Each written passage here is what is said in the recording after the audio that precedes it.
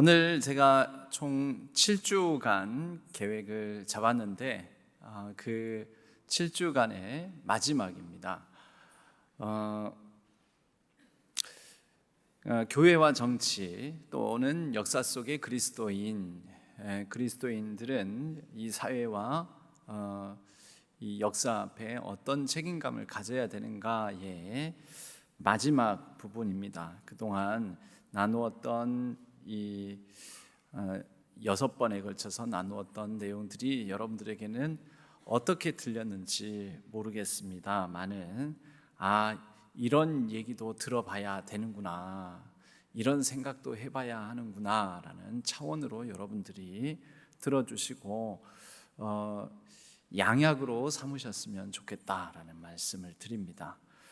오늘은 이 7주간 마지막 시간인데 첫 주부터 6번째 주까지를 다 정리하기에는 그동안에 사실 많은 얘기를 해가지고 그걸 정리하기는 그렇고, 결국은 역사 속의 그리스도인, 우리는 현실을 떠나서 살 수도 없고 현실에 대한 얘기를 해야 됩니다. 그 현실 속에 지금 현재 이제 대선 전국이긴 한데요, 이 대선 전국 가운데 가장 어떤 굉장히 사람들의 이목을 끄는 초점이 바로 법에 대한 부분이었습니다. 이 법에 대한 얘기들을 우리가 조금 나누어 보았으면 하고, 오늘 이 수요 시간과 지난 주일 말씀은 넓은 범위에서는 이어진다라고 볼 수 있습니다. 오늘 제목은 이렇습니다. 법대로 하면 좋은가 나쁜가? 법대로 하면 여러분 좋을까요? 이미 지난 주일날 그 말씀에 대한 결론적인 얘기는 했습니다. 여러분, 가정이 법대로 하면, 가정이 법대로 서로 법을 따지고 이렇게 하는 게, 이게 이렇게 하는 법이 있냐, 이렇게 하는 게 법에 맞냐라는 것을 부모 자녀 사이에, 형제 사이에, 어머니 저 형님한테만, 저 동생한테만 이렇게 해주는 게 이게 법이 맞습니까? 난 법대로 하랍니다.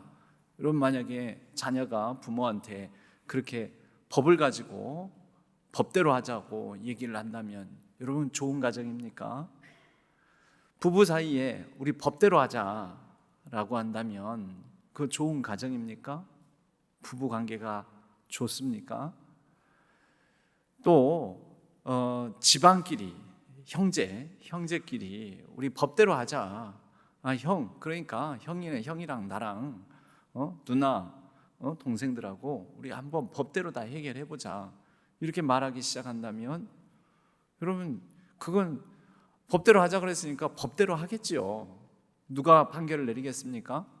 법정에 가서 판사가 판결을 내리겠지요.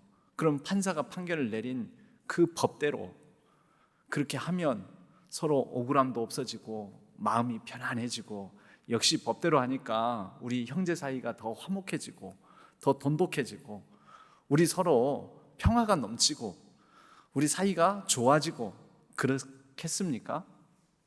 아닌 거죠. 여러분, 그것은 끝나는 것입니다. 관계가 법적 판결이 다 내려지고 난 다음에도 감정적 앙금, 또 어느 한쪽에서는 뭔가 이거 나는 승복 못하겠다, 굴복 못하겠다 하는 그런 마음의 어떤 억울함들, 의견, 주장들이 있을 거고요.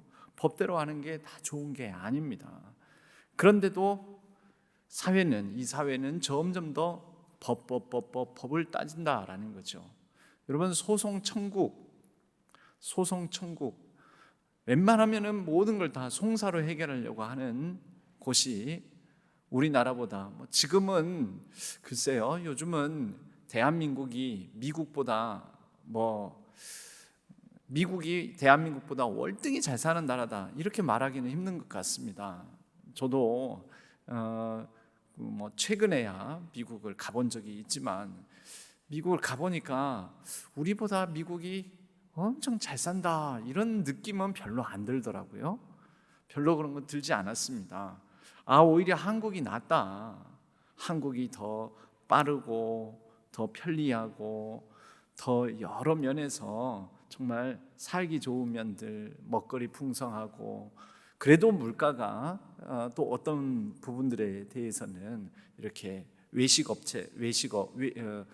할 때에는 외식 물가는 한국이 아직 여전히 훨씬 쌉니다. 여러 가지 이런 부분들 보면 한국이 꼭 미국보다 못 산다 이렇게 말하기도 힘들고, 어떤 면에서는 대한민국이 미국보다 훨씬 앞서가고 있는데, 그럼에도 불구하고 우리에게는 아직 미국은 큰 나라, 대국이고 군사력도 강하고 경제적으로도 훨씬 우리나라보다 규모가 크고 강대국이니까 미국의 여러 면에서 심리적으로 문화적으로 눌리는 그런 부분들이 있습니다. 그런데 그런 미국이 소송 천국입니다. 소송 천국, 법대로 하는 나라라는 거죠. 어지간하면 서로 송사를 제기합니다.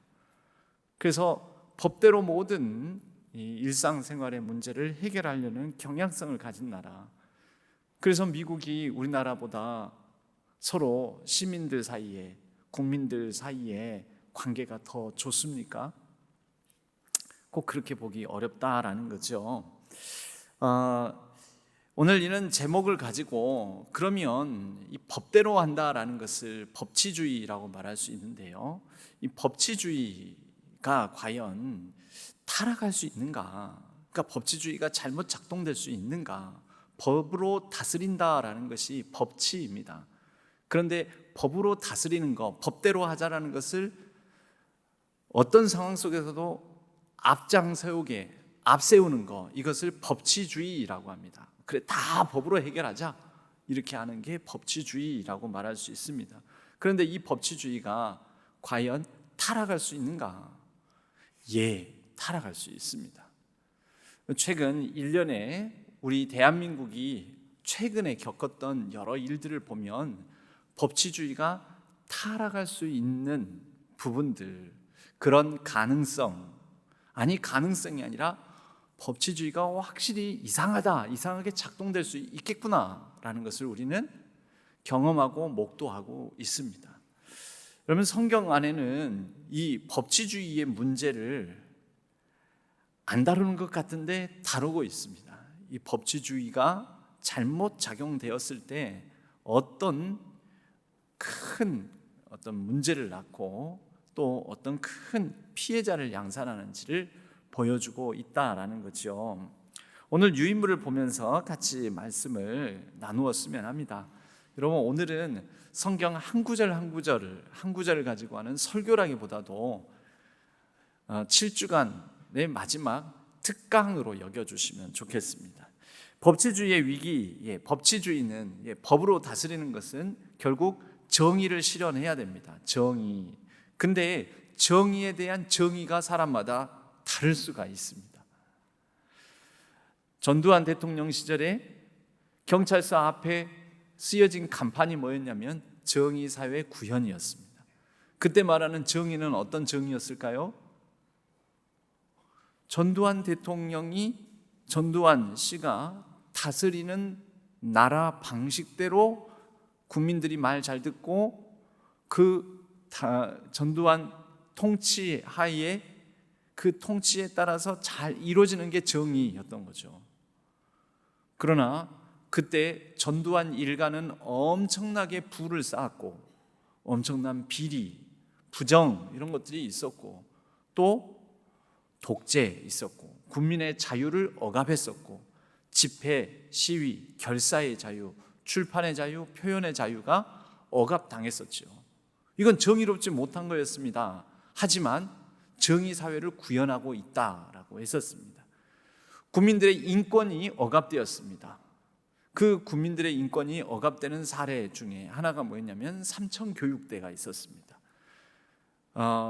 이 범죄자들, 조직폭력배라든지 범죄자들을 일거에 정신개조를 하고 일망타진하겠다 해가지고 다 잡아들여가지고 그들을 아주 인간 이하의 처참한 이런 군대보다도 더 힘들게 훈련을 시키는 삼청교육대로 보내가지고 거기에서는 사람 죽어나가도 뭐 어차피 저거 이 죄지은 놈인데 범죄인인데 뭐 죽어나가도 뭐 상관없다 이래 해가면서 아주 강압적으로 그들을 훈련시키려고 했던 거죠. 그렇게 해서 죽은 사람이 엄청 많았습니다. 여러분 그 중에는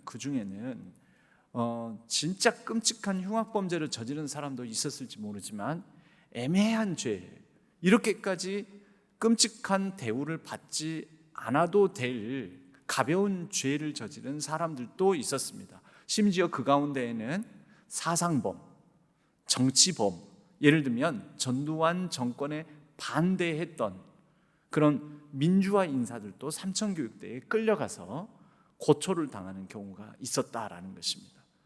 여러분 아무리 죄를 저질렀다 하더라도 그 죄를 저지른 사람을 함부로 감금하고 자유를 억압하고 그 사람의 생명을 짓밟고 고문하고 이러는 것은 옳지 않죠. 그건 정의로운 게 아니지요. 그런데 그때에는 이런 게 당연하고 이렇게 해도 정의 사회를 구현한다라고 표방하고 드러내고 우리는 정의를 이루고 있다라고 말을 하고 있었다라는 것입니다. 그러니 그때 당시에 권력자들은 얼마나 그 권력을 가지고 힘을 가지고 사람들을, 국민들을 두려워 떨게 만들고, 그래서 그 권력에 대한 두려움 때문에 국민들이 복종하게 만들고 그랬겠습니까? 여러분 이것은 사람이 사람을 억압하는 구조를 만들었던 것입니다. 여러분 그러나 그때는 그것이 법이었습니다. 그때는 법적으로 형식적으로는 정당한 법 집행이었습니다.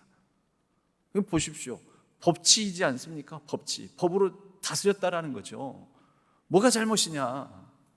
여러분 법치주의는 진정으로 정의를 이루어가야 되는데, 정의는 사람과 사람이 사람 사이의 관계를, 사람 사이의 평화를, 사람 사이의 생명을, 그 존재를 귀히 여기고 존중하고 보호하는 데 작용이 되어야 되는데, 그렇지 아니하고 이 법치가 잘못 작동되게 되면 그 법을 가지고 힘 있는, 또 지식 있는, 또 권세 있는, 돈 있는 사람들을 지키고 보호하고 그들의 강압과 그들 마음대로 멋대로 하는 것을 정당화시켜주는 도구가 될 수 있다라는 거죠. 이게 잘못된 법치주의입니다. 이게 타락한 법치주의입니다. 이것을 리갈리즘, 영어로 리갈리즘이라고 합니다. 리갈은 법적인이라는 뜻이고 뒤에 이즘을 붙여서 무엇뭐하는 주의 이런 그 뜻을 가진 말을 만들어낸 것이죠. 리갈리즘은 형식적인 법을 준수하였으면 그 결과가 어떻게 되든 법적으로 정당하니 이거는 정의로운 거다, 정당한 거다라고 생각하고 주장하는 것입니다. 결과적으로 이런 방식으로 하게 되면 법은 억압과, 왜요? 힘 있는 사람은 아무래도 법을 잘 이용하고 힘 있는 사람은 법을 다루는 사람들하고 친하거든요. 아무래도 힘 있는 사람들은 법을 다루는 사람들한테 여러 가지 방식으로 뇌물을 쓰든 또는 권력으로 유혹을 하든, 이번에 잘 봐주면 내가 한 자리 줄게. 권한 있는 사람들이잖아요, 권력자들은. 그 권한을 가지고 이렇게 결탁을 하기 마련인 거죠. 그렇게 되면 법은 억압과 또는 잘못된 정치를 하는 도구로 악용이 될 수가 있습니다. 법의 형식을 따르지만 법의 원래 정신, 여러분 법의 원래 정신이 무엇입니까? 법의 원래 정신은 공정함, 공평함, 정의로움, 이런 것들이 법의 원래 정신이죠. 그래서 이 법원 앞에 서 있는 동상이 있습니다. 그 법의 여신상이 있는데요, 눈을 가리고 있어요. 그리고 딱 어느 한쪽으로 기울어지지 않는 공평한 저울추를 들고 있어요. 한쪽에는 검을 들고 있고요. 정의의 검이고요, 정의의 저울추예요. 불편부당, 어느 한 곳으로도 편중되거나 어느 한 곳으로 쏠리지 않고 이 균형 있게, 그래서 정의로운 판결을 내릴 수 있어야 된다. 그게 저울추가 상징하는 거고요.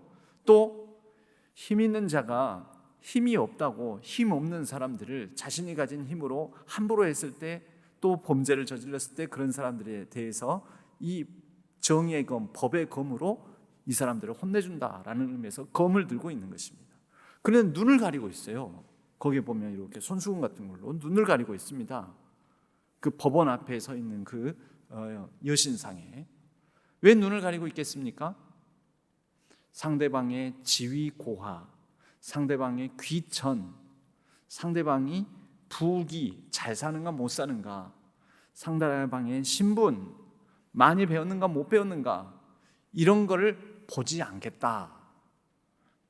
힘 있는 사람, 높은 사람, 돈 많은 사람, 누구든지 그러한 사람들의 뒷배경, 영향력을 보는 것이 아니라 눈을 가리고 오직 정의로운 공의와 정의의 추로 달아본다라는 것입니다. 그래서 높은 사람이 신호 위반하는 것은 봐주고, 그리고 가난한 사람이 신호 위반하는 것은 엄격하게 하고, 힘없는 사람이 하는 거는, 그리고 좀 큰 기업이, 대기업이 몇 억에서 몇십억, 몇백억 횡령하는 것은 큰 기업은 망하면 나라 경제가 어려워지니까 봐주고, 일용직 노동자라든지 버스 운전사라든지 이런 사람들이 800원, 2,400원 그거 횡령하는 것은 해고, 파면하고 엄격하게 대하고, 이러면 되겠습니까? 이건 정의롭지가 않은 거죠. 그런데 이런 정의롭지 않은 판결이나 정의롭지 않은 법적 집행이 형식적으로는 정당한 절차에 의해서 이루어지는 거예요. 정당한 절차에 의해서 1심, 2심, 3심 정당한 절차에 의해서 이 모든 일들이 이루어진다는 거죠. 그럼 이제 어디에 호소합니까? 호소할 데가 없는 거죠. 특히 억울한 판결을 당한 사람들, 공정하지 못한, 힘 있는 사람들은 눈 감아주고 기소도 안 하고, 기소하더라도 솜방망이인 처벌을 하고, 힘 없는 사람들은 엄격하게 다루고, 그 결론, 그 결과를 놓고 어디에 하소연할 데도 없는 거죠. 여러분, 이렇게 하는 것이 잘못됐다라는 것입니다. 리갈리즘, 즉 법치주의, 타락한 법치주의는요, 법의 형식은 따르되 법의 정신을 배반하는 태도를 리갈리즘이라고 합니다. 우리 각 사람들의 처지와 형편, 인간 존재의 복잡성이 있습니다. 그리고 그 사람의 동기와 그런 이 상황들을 살펴봐야 되는 여러 가지가 있는데, 이것을 다 깡그리 무시한 채 오직 법조문으로만 하겠다. 법조문, 그게 뭐예요? 여러분, 이게 우리 성경을 읽는 태도로 들어오면은 문자주의가 되는 거예요. 성경이 가진 배경과 역사, 상황, 그 문맥은 다 무시하고, 거기 적혀져 있잖아. 성경에 있는 그대로 써야 있잖아. 그렇게 그 말은 그 말이잖아. 이게 성경에 쓰여진 단어 하나, 글자 한자. 근데 성경에 쓰여진 단어, 글자가 여기 있는 저와 여러분들은 한글로 읽는 거잖아요. 근데 성경은 원래 한글로 안 쓰여졌어요. 원래 쓰여지기는 구약은 히브리어로, 그리고 신약은 헬라어로 쓰여졌단 말이죠. 헬라어에서 히브리어에서 한글로 번역되는 과정 중에서도 의미의 왜곡이 일어날 수 있습니다. 그런데 한글 성경 자꾸 하나하나에 집착하고 그 문맥과 배경과 그 말씀이 우리에게 그렇게 전달되기까지의 과정은 깡그리 무시하고 그 문자, 조문 하나하나에 집착하는 거, 여러분, 이것은 성경을 읽는 의미에 있어서의 타락한 법치주의라고 말할 수 있습니다. 말씀이 그렇게 쓰여져 있잖아. 말씀대로 해야지. 그렇죠? 말씀에 있는 내용대로라고 말하면서 뭐 하고 있는 거예요? 고작 한글로 번역된 그 문자 하나하나에 집착하고 있는 것입니다. 이 법의 정신을 살리려면 그 법조문을 적용하면서도 그 법조문이 제정된 배경, 그 법조문을 그 상황 속에 해석하는 그래서 법관의 양심이라는 게 필요하다고 하지 않습니까? 법관의 양식, 수준, 양심 이런 것들이 그 법조문을 적용하는 데 대한 도덕적 판단이라는 것을 같이 가져가야 된다라는 것입니다. 성서 속에 바리새인들이 이런 방식의 사람들이었습니다. 그래서 바리새인들이 했던 것은 뭐냐면요, 오직 율법과 유대 전통의 입각에서 사람을 갈라치게 하는 일밖에 없어요. 율법에 어겼잖아. 너 먹지 말라는 거 먹었잖아. 일하지 말라는 거 일했잖아. 그날 너 안식하라는데 안식을 안 했잖아. 너 이 규정 어겼잖아. 이 규정 위배했잖아. 그래서 너는 죄인, 너는 부정한 자, 너는 우리 유대인 사회 안에 들어올 수 없어. 너는 우리의 경건함과 거룩함의 수준을 깎아먹는 사람이야. 에이, 상조 못할 사람이야. 이런 식으로 차별하고 배제시키고 선을 긋고 선 밖으로 사람들을 몰아내고, 너희들은 여기 들어오지 마. 왜? 율법에 따라서 율법에 의하자면 너는 이 경계선 안으로 들어올 수 없는 사람이야. 이랬다라는 거죠. 그런데 원래 율법은 왜 정해졌을까요? 모세를 통해서 시내산에서 창세기 다음 출애굽기 하고 난 다음에 출애굽기 이후에 레위기 율법, 그리고요 신명기 율법, 여러분 이 율법들이 다 초안은 시내산에서 하나님께서 모세를 통해 이스라엘 백성들에게 주셨어요. 왜 주셨을까요? 여러분 이것도 배경을 보셔야 돼요. 제가 자주 말씀드리지 않습니까? 시내산 언약이 우리에게 주어진 언약의 말씀의 그 제일 기초적인 언약이라고요. 제일 중요한 언약이에요. 그래서 출애굽한 다음에 홍해를 건너고 서둘러서 와가지고 일단 도망 나와야 되잖아요. 애굽에서 바로의 치세, 그 치하에서 도망 나와야 되잖아요. 서둘러서 홍해 바다를 건너서 광야로 나왔습니다. 근데 광야는 위험해요. 우선 진을 치고 우리가 머무를 장소를 정하자. 그게 시내산 자락이에요. 시내산 자락에 그들이 진을 쳤어요. 거기에서 멈춰 섰어요.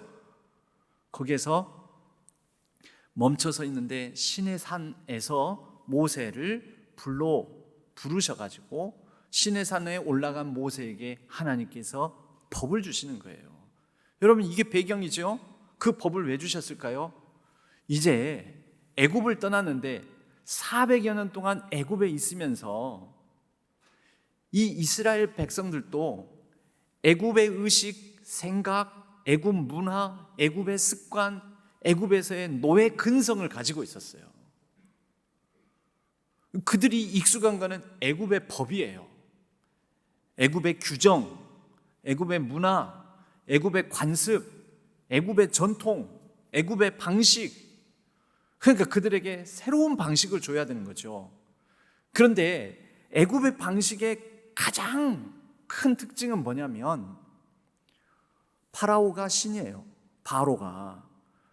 이 바로를 중심으로 한 수직적인 계급이 존재했습니다. 하이에라키라고 하죠. 수직적인 계급 구조, 신분 구조. 그래서 바로는 거의 신적 존재로서 모든 애굽 백성들이 섬겨야 되고 복종해야 되는 그런 사람으로, 그리고 그 바로의 말 한마디에 모든 애굽의 백성들이 생명, 존재, 이거 귀한 것으로 여겨지지 않는 그런 사회였던 것입니다. 이 쓴물을 빼야 되지 않겠습니까? 그래서 하나님께서 선언을 하는 거예요. 내가 너희에게 주는 이 명령을 잘 듣고 지키고 행하면 너희는 세계 모든 민족 가운데 가장 뛰어난 민족이 될 것이고 너희는 제사장 나라가 될 것이고 내가 너희로 말미암아 모든 민족이 복을 받게 할 것이다. 여기서 말하는 복이 무엇입니까? 애국처럼 큰 피라미드 세우고 큰 신상 세우고 막 오벨리스크 50m짜리 60m짜리 오벨리스크 큰 탑을 세우고 스핑크스 세우고 이런 거대한 문명을 이루어가는 것을 복이라고 하셨을까요? 아니에요. 하나님 안에서 모든 인간 생명 존재들이 귀히 여기며 서로를 존중하고 서로가 서로를 배려하고 서로 평화를 이루어가면서 살아가는 이런 복된 삶. 여러분 지난번 저녁에 찬양 메들리를 하지 않았습니까? 사막에 샘이 넘쳐 흐르리라. 그리고 또 뭡니까? 사막에 샘이 넘쳐 흐르리라. 사막에 꽃이 피어 향내 내리라. 주님이 다스릴 그 나라가 되면은 사막이 꽃동산 되리. 그 다음에 뭐가 나와요? 네? 너무 워낙 옛날 거여가지고 잊어먹으셨어요? 사자들이 어린 양과 뛰놀고 장난치며 뒹굴고, 그리고 어린이가 독사굴에 독사 입에다가 손을 넣어도 물지 않는, 여러분 그 좋은 세상이에요? 안 좋은 세상을 뜻하는 가사예요? 안 좋은 세상을 뜻하는 가사예요? 무슨 사자가 힘이 없어져 가지고 물지도 못하고 하지도 못하고 뭔 물러터진 사자가 있다냐. 아니 독사가 확 물어야지. 독사가 독을 잃어버리면 그 독사가 어떻게 사냐. 여러분 독사가 독을 뿜어내지 않아도, 사자가 어항하고 으르렁거리면서 약한 동물들을 잡아먹지 않아도 여러분 서로 어우러져서 살아가는 세상이 더 좋은 것 아닙니까? 여러분 사자가 힘을 발휘하면서 약한 동물들을 잡아먹는 사자에겐 좋아요. 사자에게는. 그러나 사자의 그 힘을 피해서, 사자의 어흥하는 것을 피해서 도망다니고 쫓겨다니고 두려워하고 숲풀 속에서 풀을 뜯어먹다가도 사자가 나타나는 나 뒤에서 나를 콱 물면 어떡하지, 이런 두려움에 산다면은 여러분 그 좋은 세상 아니잖아요. 이게 무슨 상징인지 아시겠죠? 무엇에 대한 비유입니까 이것이? 여러분 밤거리를 지나가면서 밤길을 두려워하고, 내 집 앞에서 내 집 문을 따면서도 누가 우리 집 비번 보는 거 아니야? 이런 생각 갖고, 누가 우리 집 내가 비번을 따면서도 누가 밑에서 쿵쾅쿵쾅쿵쾅 하는 소리만 들려도 나 밑에 층에서부터 지금 어떤 나를 쫓아오는, 저 멀리서부터 나를 쫓아오다가 지금 계단을 막 후다닥 올라와가지고 내 문 여는 순간 발을 탁 해가지고 내가 문을 여는 순간 내 집으로 들어와가지고 나한테 해코지하면 어떡하지? 여러분 이런 생각을 가지고 살아간다면 좋은 세상이에요? 그런 나라가 있어요. 그런 세상이 있습니다.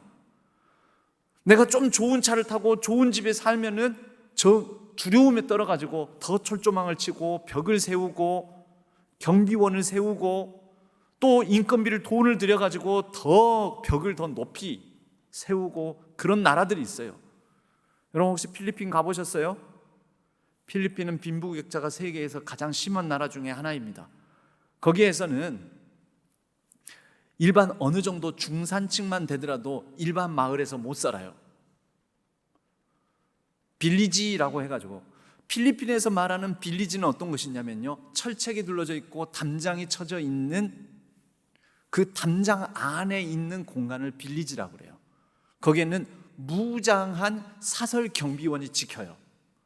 그리고 그 안에 있는 사람들은 평안하다 하는 거고, 그 밖에를 나갈 때에는 함부로 못 다녀요. 왜요? 가난한 사람들, 못 배운 사람들, 그런 사람들이 실제 강도로 돌변해가지고 막 좀 있는 사람들 거 막 뺏고 심지어 죽이는 일들도 있단 말이죠. 실제 그런 범죄가 많이 일어난다는 거죠. 좋은 나라 아니잖아요, 여러분. 그런 면에서 보면 우리나라는 여행객들이 낮이나 밤이나 언제든지 싸돌아 댕겨도, 여행을 해도 세계에서 5손가락 안에 드는 안전한 나라라고 합니다. 참 이거는 자랑스러운 면이에요. 네? 노트북이니 태블릿이니 핸드폰이니 커피숍 카페에서 테이블 위에 놔두고 잠깐 화장실을 갔다 와도 아무도 안 가져가는 나라. 여러분, 이게 이런 나라가 별로 없어요, 세계에. 외국인들이 깜짝 놀란대잖아요. 네? 또 뭡니까?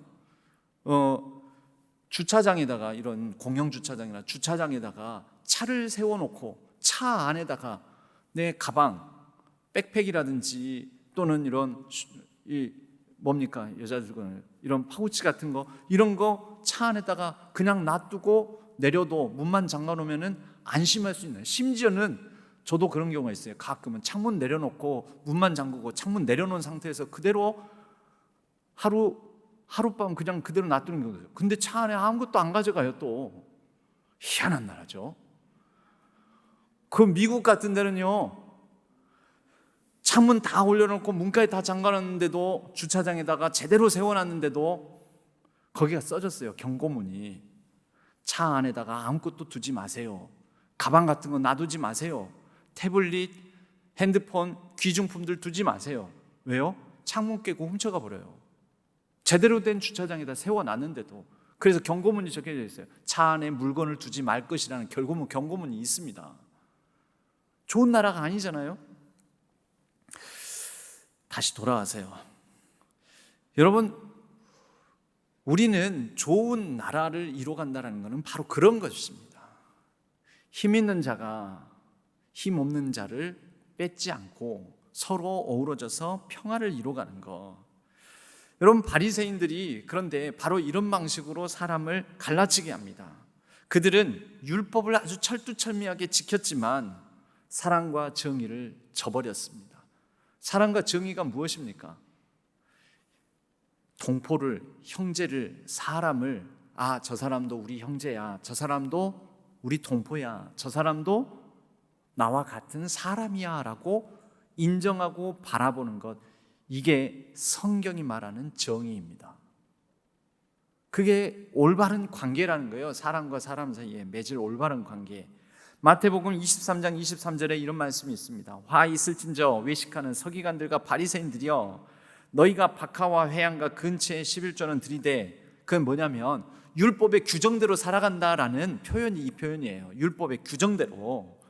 율법의 그런 규정들을 하나하나는 다 지키는데, 그러니까 박하와 회양과 근처 이런 거는 향신료들이거든요. 향신료 하나하나를 내가 얻었어요. 수확을 했어요.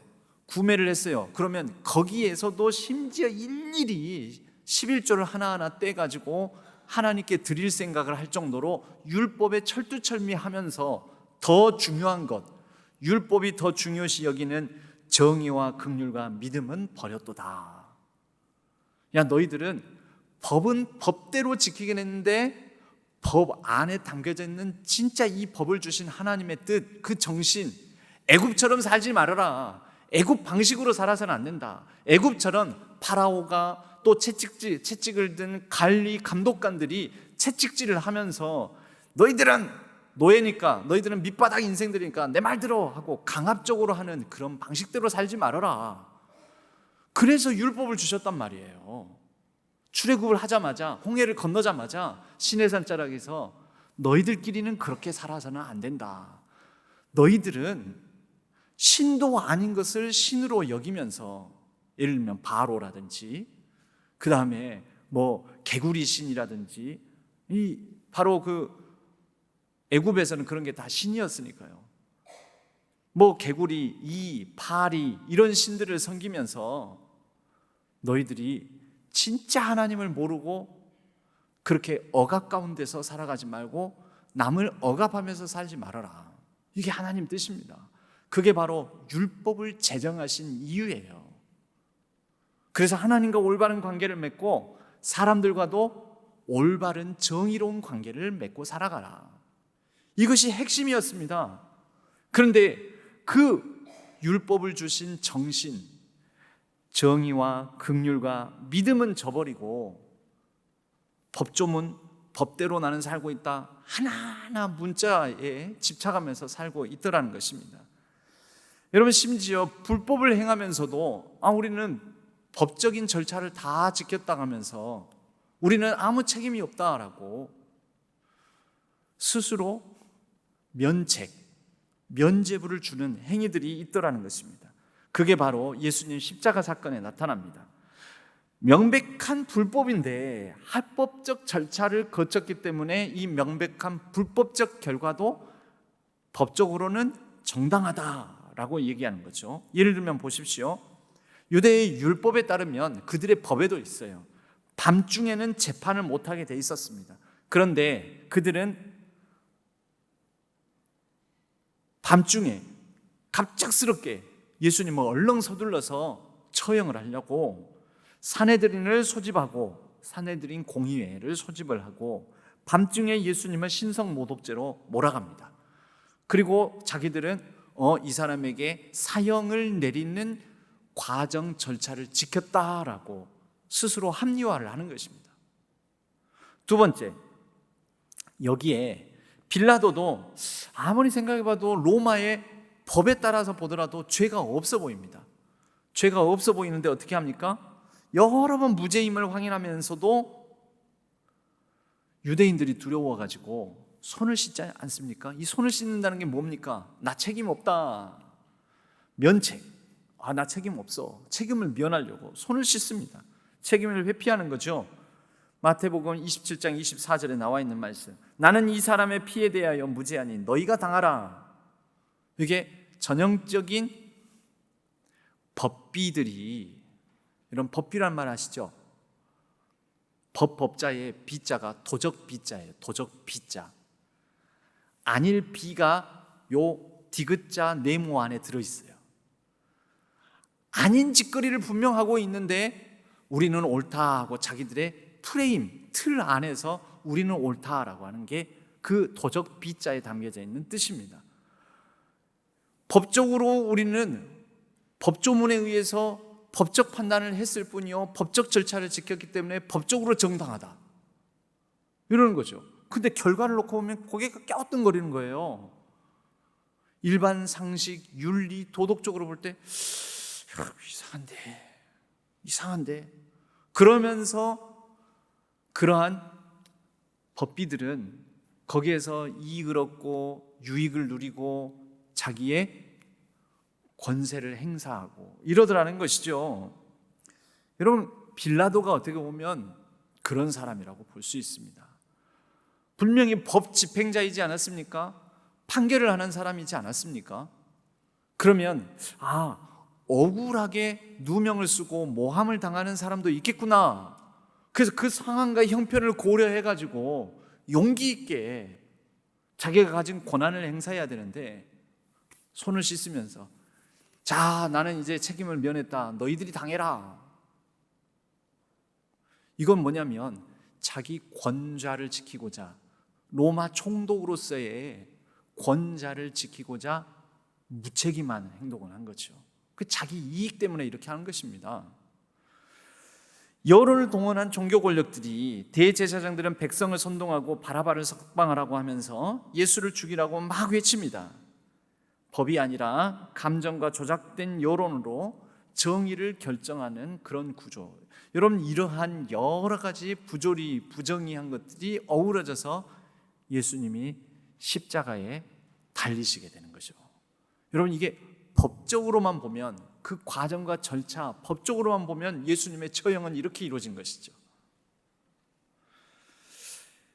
오늘날에도 이런 방식으로 면책, 판결 내린 사람 책임 없어요. 나중에 뭐가 잘못된 판결을 내렸음에도 불구하고 거기에 대해서 책임을 지는 판사를 본 적이 있습니까? 없습니까? 여러분, 예전에 인혁당, 대표적으로 인혁당 사건이라고 있어요. 인혁당 사건. 이 사람들이 북한의 지적을 받고 간첩 혐의, 간첩 누명을 쓰고 바로 사형 선고를 받고 그 다음 날인가 바로 선고되자마자 사형 집행을 해버렸어요. 다 그래갖고 사형 받아가지고 사형 집행돼가지고 다 죽었습니다. 그런데 그 기소 사실과 증거가 다 조작됐다 해가지고 나중에 진실화해위원회를 통해서 재심이 들어갑니다. 그리고 재심이 들어가가지고 결론은 어떻게 나왔냐면 무죄가 나왔어요. 근데 사람 다 죽어버렸는데, 여러분, 그때 그 판결 내린 사람들이 처벌 받았을까요? 안 받았을까요? 우리는 검사가 가져온, 검사가 조작된 건지 뭔지 어쨌든 검사가 가져온 증거에 입각해서 그때 당시에 법에 따라서 법에 합당한 판결을 내렸을 뿐이야. 우리가 뭘 잘못했는데 우리는 법에 따라서 판결했을 뿐인데 손을 씻어버리는 거죠, 그 사람들은. 여러분, 이게 바로 법비라는 거예요. 법비. 이번에 우리 온 국민들이 하나 깨달은 건 하나 있어요. 뭔지 아십니까? 우리는 법관들이 항상 정의로울 거라고 생각했어요. 근데 법관들이 항상 정의롭지 않을 수도 있다라는 것을 국민들이 리얼하게 깨달았어요. 여실하게. 그럼 검사는 정의로울 거야. 판사는 정의로울 거야. 그런데 검사도 이게 갸우뚱할 정도로 한쪽으로 이상하게 치우칠 수도 있고, 판사도 이상하네, 저 사람 왜 저렇게 행동하지? 왜 저렇게 판결하지? 왜 저렇게 서두르지? 이럴 수 있다라는 가능성을 온 국민들이 대낮에 목도를 다한 거예요. 여러분, 이것은 굉장히 중요합니다. 그것만큼 시민들의 의식이 높아졌다라고도 볼 수 있습니다. 최근에 일련의 일들이 우리의 마음을 아프게 하고, 일련의 일들이 국격을 떨어뜨리고, 최근에 일어난 우리 한국, 대한민국의 상황들이 참으로 국가적 입장에서는 굉장히 큰 손실을 가져오기는 했지만, 그러나 여러분, 이 일로 말미암아 국민들의 의식 수준이 높아졌다는 것은 그래도 우리가 얻은 유익이다라고 말할 수 있습니다.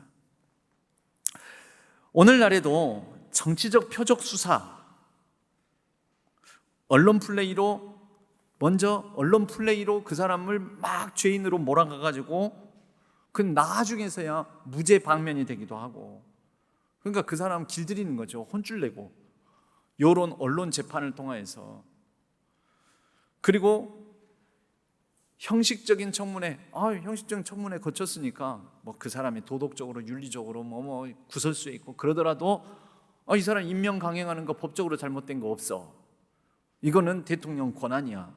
여러분, 이런 거는 형식적으로는 법적으로 불법은 아니지만, 위배된 바는 아니지만, 우리 일반 상식적으로 보기에는 저럴 수가 있는가라고 우리가 생각이 들 수가 있다라는 것입니다. 리갈리즘을 표로 정리한 게 있습니다. 여러분, 유인물에는 없는데요, 표로 정리, 리갈리즘의 얼굴. 리갈리즘의 몇 가지 모습이 있는데요, 그러니까 타락한 법치주의로 작용하는 세 가지 방식이 있어요. 절차 만능주의라고 해요. 절차 만능주의. 절차가 오르면은 이거는 그러니까 실제적으로 정의를 행했느냐 여부보다 법률의 해석과 절차가 준수되었느냐, 그래서 절차적으로 지장이 없다면 이거는 결과도 선한 거다라고 여기는 거죠. 여러분, 교회 안에서 이거 절차 만능주의 많이 할 수 있습니다. 여러분, 교회 안에서 절차가 오르면 그 결과도 옳습니까? 작게, 여러분들 여전도회, 여러분 선교회에서 절차가 오르면 다 옳습니까? 올바른 절차를 따라서 결정을 지었으면 그 결정에서 시행하는 일이 다 선합니까? 윤석열 대통령도 절차적으로 민주주의 절차에 따라서 정당하게 선출된 대통령이에요. 더 멀리 가면요, 2차 세계대전을 일으켰던 히틀러도 독일의 민주주의 절차를 따라서 선출된 총통입니다. 절차가 옳다고 그 결과까지 다 옳은 것은 아닙니다. 그럼 목사님, 절차를 어겨라는 뜻입니까? 아니요. 우리는 늘 절차가 옳아도 함께 정당한 절차 안에서 여러 사람들이 다수결에 의해서 결정을 하더라도 그 내려진 결과가 잘못된 일을 행할 수 있는 가능성이 얼마든지 있다라는 거, 특히 다수의 잘못된 선택이 있을 수도 있다라는 가능성을 늘 염두에 두고 살아야 된다는 거죠. 이걸 비판적 사고라 그래요. 여러분, 그래서 늘 비판적 사고가 있어야 돼요. 절차가 옳았으니까 결과 그대로 하는 게 맞아. 아니에요. 그렇지 않을 수 있어요. 사법의 정치화가 일어납니다. 잘못된 리걸리즘이 타락하면요. 그건 여러분, 사법의 정치화는 최근에 일련의 여러 일들, 입법 행정의 여러 갈등들을 결국 법원이 결정을 하게 되는 거죠. 그러니까 이런 문제가 있고요. 또 형식적 평등, 누구에게나 같은 법이라는, 여러분 이건 맞는 것 같죠? 누구에게나 같은 법이라고 하는데 누구에게나 같은 법, 그래 놓고는 실질적으로는 불평등하게 적용이 되는 사례들이 많습니다. 여러분, 횡령죄는 그럼 똑같이 다뤄야죠. 예를 들어서 대기업 회장이 횡령하면 대기업 회장 파면시켜야죠. 해고시켜야 되는 것 아닙니까? 근데 대기업 회장을 해고시킬 수 있습니까? 대기업 회장을 해고시키려면 누가 해고시켜요? 회장이 스스로 자기가 고용주고 고용자인데 고용주가 고용자를 해고시키겠어요? 그래서 대기업 회장은요, 횡령을 해도 해고당하지 않아요. 그런데 고용된 사람은 800원 커피 뽑아 먹으려고 동전 몇 개 횡령한 것 때문에 해고당한다는 것입니다. 그러니까 누구에게나 같은 법이다고, 법은 엄격하게 누구에게나 적용돼야 된다고 해놓고는 결국은 사실은 엄격하지 않은 거죠. 여러분, 누구에게나 신호 위반하면 벌금 매기는 거죠. 그러나 이거 사실 굉장히 불평등합니다.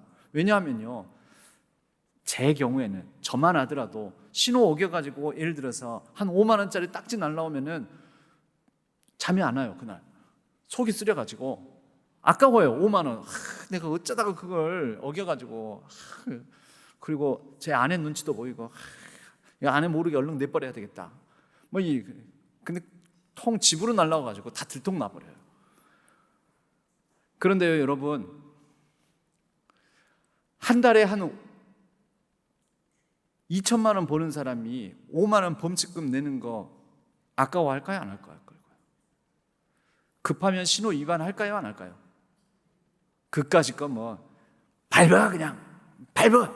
지금 내가 얼마나 중요한 일을 하러 가는데 그까짓 게 문제야. 5만 원 그까짓 게? 그러겠죠. 그래서 여러분, 공정하게 똑같이 법을 적용한다고 하지만 하루에 택배 배달하면서 교통범칙금 받는 택배기사와 대기업 회장이 그까짓 거 신호 어겨도 돼. 여러분, 이 두 사람이 5만 원, 똑같은 5만 원 딱지를 받는 거 법적으로는 맞죠? 우리나라 현재 실정 법적으로는. 그런데 맞습니까, 여러분? 그래 해가지고는요, 돈 있는 사람들은요, 그까짓 거 신호 내버려. 그냥 과속 범칙금 내버려, 신호 위반 딱지 내버려 하고 법을 어길 수 있어요.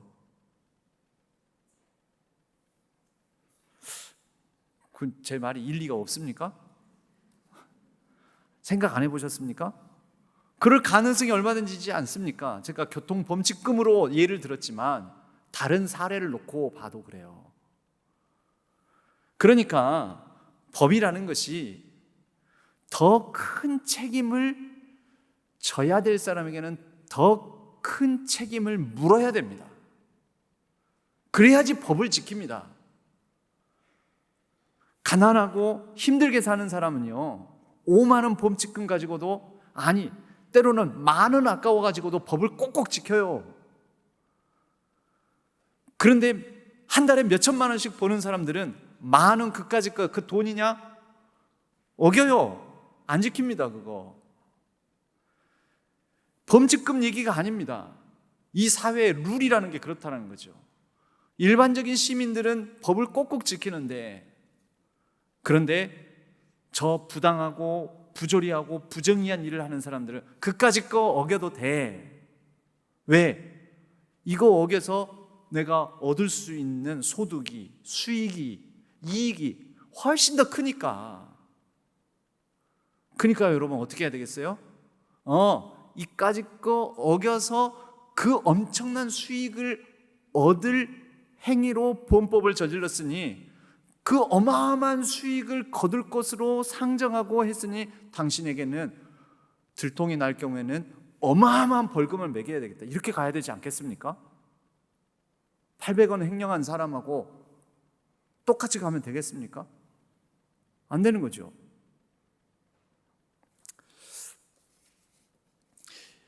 그래서 여러분, 이런 법치주의에 대해서 이 사회에서는 이건 책임을 강조해야 된다, 법을 지켰다라는 것 자체가 아니라 책임을 강조해야 된다라고 하면서 막스 베버라는 사람들이 책임 윤리라는 것을 강조를 했습니다. 책임 정치는 결과에 대한 윤리적 부담과 공공성. 여러분, 힘 있는 사람이 법을 어기는 것은 사회에 훨씬 더 큰 해악을 끼칩니다. 그러니까 그 사람에게는 책임도 크게 물어야 됩니다. 그게 공공성이에요. 법을 넘어서 공동체에 대한 책임과 국민에 대한 봉사를 중심으로 정치가 이루어져야 된다. 여러분, 요셉의 경우에는요, 그러니까 결국 뭐냐면, 요셉은 법이 아니라 총리 대신을 맡아서 중요한 것은 생명을 구해야 된다. 흉년으로 말미암아 굶어 죽는 사람이 없도록 해야 된다. 여러분, 요셉이 알고 보면 초법적인 일을 했어요. 따지고 보면 뭐냐면요, 풍년의 시기에는 요셉은 이미 예상을 하고 있었으니까 다 곡식을 쌓아놓고 걷어둔 다음에 흉년이 되니까 사람들로부터 가축을 받고 곡식을 줘요. 거저 안 줍니다. 공짜로 안 줍니다. 그리고 처음에는 돈을 갖고 오라 하죠. 그 다음에 가축을 갖고 오라 하죠. 땅을 갖고 오라 하죠. 다 걷어들여요. 그래가지고 와, 이거 완전 초법적이잖아요. 따지고 보면 이건 독재 아닙니까? 독재. 근데 이때 당시에는 정작 중요한 게 국가 경영 측면에서 백성을 기근해서 구하는 것이 중요했기 때문에 백성을 기근해서 구하고, 그 다음에 흉년이 다 끝나고 난 다음에 사람들이 우선 급하다고 가축 잡아먹고 뭐하고 하면은 가축들이 싹 없어지면은 나중에 이제 흉년이 끝났어요. 날씨가 좋아졌어요. 농사를 지으려는데 가축을 다 잡아먹어 버려가지고 없어져 버렸네. 여러분, 가축이 뭐냐면 요즘으로 따지자면 공장 설비예요. 공장 설비, 생산 수단입니다. 그 생산 수단이 사라지니 이제 흉년을 지나면서 사람들이 체력도 약해지고 깡말라가지고 힘도 없는데 이제 농사를 지으려니까 농사 지을 수단인 가축도 없고 어떡합니까? 소가 밭도 갈아야 되고 몇 년간 흉년돼가지고 땅이 다 황폐해졌는데 그 기경도 해야 되고 그러는데 사람이 자기 손으로 하려면 얼마나 힘들어요. 그래서 요셉이 모든 생산수단을 국유화한 거예요. 그래야지 가축을 지켜낼 수가 있으니까, 보호할 수가 있으니까. 뭐 예를 들면 이렇게 경제학적으로는 이렇게 해석할 수가 있습니다. 느헤미야도요, 백성의 고통을 우선시합니다. 그래서 자기 거 안 돌려줘도 되고 또 사적 이익을 침해받을 수 있음에도 불구하고 고리, 높은 이자로 돈 꿔준 거, 그 높은 이자 받지 말아라. 그리고 서로의 관계를 정리를 다 해줍니다. 백성의 고통. 여러분, 예루살렘 성벽을 지었다고 해서 중요한 게 아니라 예루살렘 공동체를 유지하기 위해서. 결국 법치주의가 잘못 작동할 때 우리는 법의 목적을 다시 본질적으로 생각해 봐야 됩니다. 미가서 6장 8절, 지난 주일에도 이 미가서 6장 8절을 말씀을 드렸었는데요. 사람아, 주께서 선한 것이 무엇임을 내게 보이셨나니 오직 정의를 행하며 인자를 사랑하고, 인자가 긍휼이에요. 긍휼, 불쌍히 여기는 거. 인자를 사랑하며 겸손하게 내 하나님과 함께 행하는 것이 아니냐. 미가서 6장 8절의 핵심은 정의와 공의, 긍휼, 자비, 사랑입니다. 법의 본질은 생명보호, 그리고 서로가 서로를 존중히 여기는 정의 실현, 사회적 약자 보호, 이런 것이 법의 가장 기본적 기능입니다. 권력자를 보호하는 게 법의 기능이 아닙니다. 권력자가 권력의 힘으로 법을 따라 다스리겠다라는 게 법치주의의 뜻이 아닙니다. 법치주의는요, 원래 돈 있고 힘 있고 또 주먹 세고 또 목소리 크고 이런 사람이 다른 사람을 침해할 수 있는 것을 제한하는 데 법치가 작용하는 것입니다. 힘 있는 사람이 자기 힘을 가지고 마음대로 못하도록, 돈 많은 사람이 돈을 가지고 마음대로 살지 못하도록, 그것을 제한하는 데 법이 쓰여지는 것입니다. 그래야지 힘 없고 돈 없고 하는 사람들이 당하는 일이 없으니까. 권력에 대한 책임성을 확보해야 됩니다. 그래서 권력에 대해서는요, 더 타이트한 그물망으로 그 사람의 책임을 묻는 방식으로, 그리고 공공신학적인 것이 회복돼야 됩니다. 신앙 공동체 교회죠. 교회. 리갈리즘, 주일에도 말씀드렸는데 가정이나 교회는 리갈리즘으로 작동되는 게 아닙니다. 예수의 사랑과 진리의 법, 사랑, 진리, 이것이 우선해야 되고, 교회는 그런 의미에서 정치의 도구화, 즉 절차가 합당하면 모든 것이 선이다라는 생각을 우리는 자주 깨트려야 됩니다. 그리고 교회 안에서 공적 윤리를 가르쳐야 합니다. 그래서 여러분 7주간 동안 했던 게 사실은 공적 윤리에 대한 얘기를 한 것입니다. 이 사회가 이렇게 잘못 작동되는데 교회가, 그리스도인들이 그냥 예수만, 그냥 예수 믿고 천국 간다라고만, 내가 기도만 하면 된다라고만 여겨서는 안 된다라는 거죠. 사회가 썩고 사회가 부조리하고 사회가 지금 잘못돼 가고 있는데, 이 시대가, 역사가 왜곡되어 가고 있는데, 나는 평안해, 나는 예수 안에서 나는 구원받은 사람이야 라고 스스로 만족하고만 있다면, 예전에 제가 추수감사절에 그런 설교를 한 적이 있습니다. 우리의 죄 중에 감사하기만 한 죄도 있다고요. 옆에서 누군가가 쫄쫄 굶고 있는데, 하나님, 저 사람은 저렇게 굶고 있는데 나는 배가 부르니 감사하나이다. 여러분, 그 죄예요, 아니에요? 남들은 힘들어 죽겠다 그러는데 나는 살만하니 감사합니다. 다른 사람들은 불행한데 나는 행복하니 감사합니다. 다른 사람들은 사랑을 못 받고 관심을 못 받는데 나는 인정받고 칭찬받으니 감사하나이다. 감사합니까? 행복하십니까, 여러분? 다 불행하는데 나만 먹고 살만하고 배 따숩고 등 따숩고 넉넉하고 평안하면은, 여러분, 하나님 감사합니다. 하나님 받으실까요, 그거? 하나님 그러시지 않겠어요? 야, 이놈아, 네 주변을 봐라.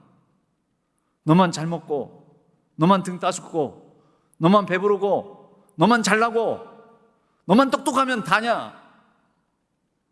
그러고도 너가 나의 은총을 입은 자냐? 그러시지 않겠습니까? 그게 감사하기만 한 죄입니다. 그게 뭐냐? 공적 윤리를 상실한 겁니다. 공공 윤리를 상실한 것입니다. 공짜가 함께 공짜도 있고요. 서로 공짜도 있어요. 서로 함께 공도 있고요. 공익 할 때 공짜도 있어요. 두 한자를 다 쓸 수 있습니다. 하나는 요렇게 해가지고 이렇게 쓰는 거고요. 요렇게 해가 요렇게 쓰는 한자가 있고 그래요. 두 공공성을 우리는 다 회복해야 돼요. 만민과 더불어, 모두가 더불어 그 공짜. 우리는 그러한 공공신학, 공공윤리, 공적인 책임 의식하고 회복해야 됩니다. 안 돼요.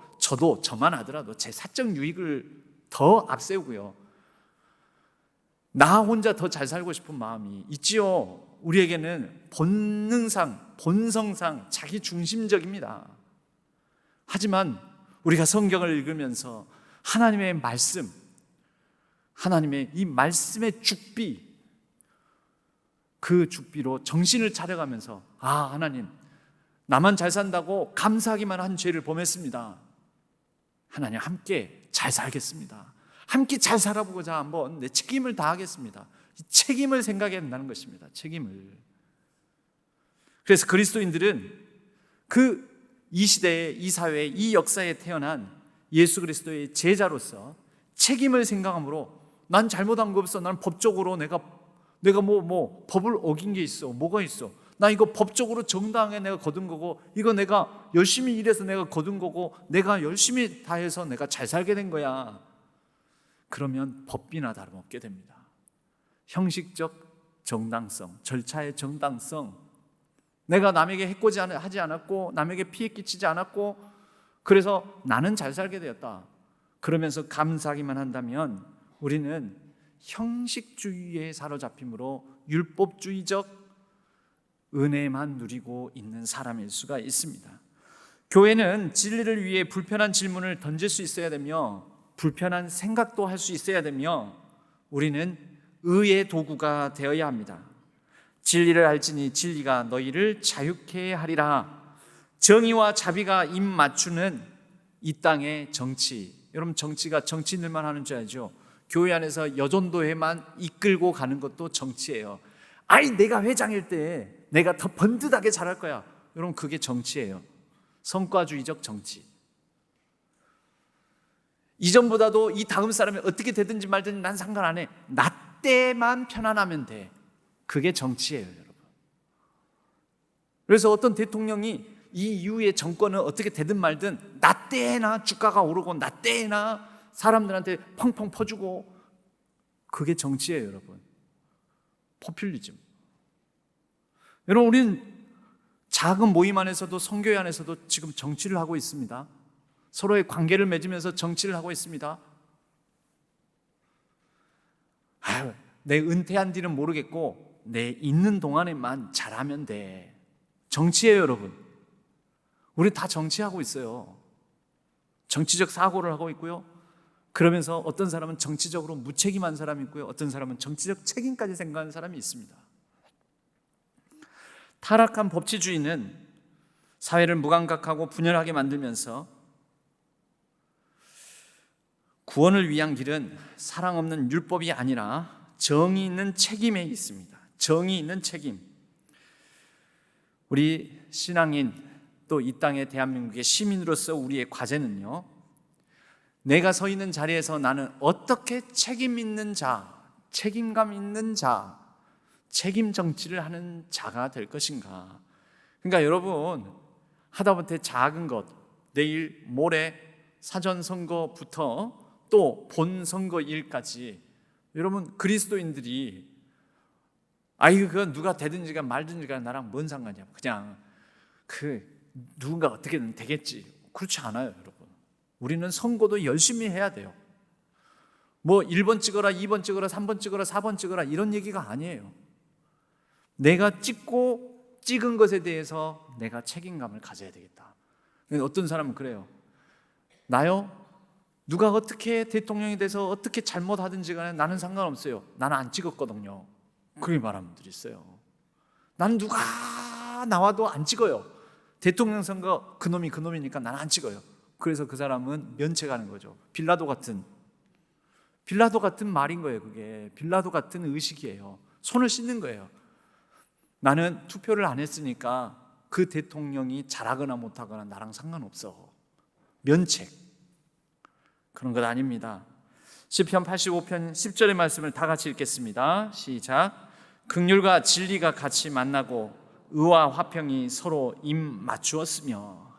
바로 이러한 나라, 이러한 사회, 이러한 가정, 이러한 교회를 이뤄가는 우리 이 땅의 정치인들, 책임 맡은 이들이 되기를 바라고, 또 우리 모든 한 분 한 분의 성도님들, 대한민국의 시민들 되기를 주님의 이름으로 간절히 축원합니다.